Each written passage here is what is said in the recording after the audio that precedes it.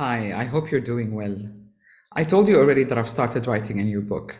So this means I had to organize my time and find my own rhythm to do what I do. I had to find my own rhythm so that I can integrate what I do without having to disturb one thing at the expense of another. One of the things that I did is to group my clients. So I work certain days, write certain days, and once a month I go to Kayani Wellness Center here in Dubai to see clients in person. What this meant for me, which was interesting, is I started seeing trends within trends because of the issues and the problems and the obstacles that my clients were going through.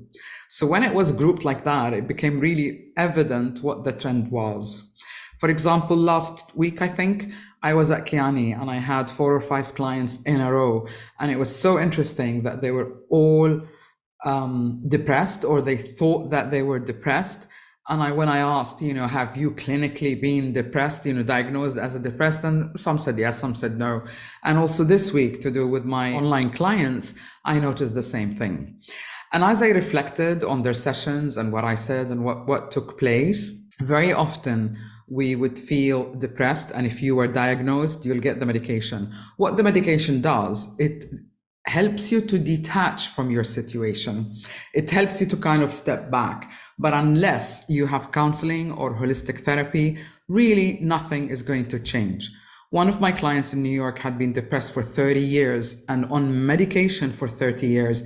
And she came off it recently and she told me all it did is it just made her really detached from reality. And you don't want to do that. There are many reasons why clinical depression develops, but from a holistic therapist point of view, which is part of what I do, that I integrate in the mentoring and in the life readings, is to look at things holistically.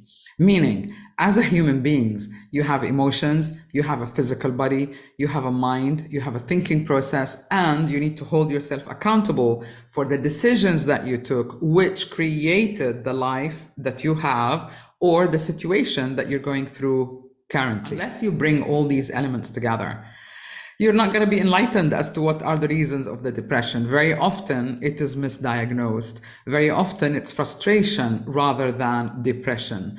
It's frustration because you feel boxed in, you feel there's no way out, you feel you don't know what to do to channel the creative force that you are.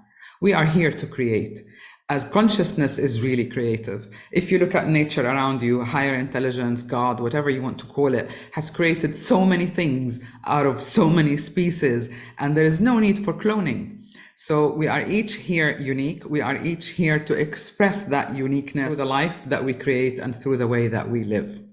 When this creativity is not channeled, because to the universe, it doesn't make a difference whether you create a baby, whether you create a novel, whether you create a painting, whether you create a company, it's all part of the same impulse that we are born with, which is to create. So if you don't create, you get frustrated. And this is when people lose their life path, they lose sight of what it is that they should create. And over a number of years and months, it takes the form of depression and we get stuck. What are you going to create with your day today? If you're stuck, don't stay in that box.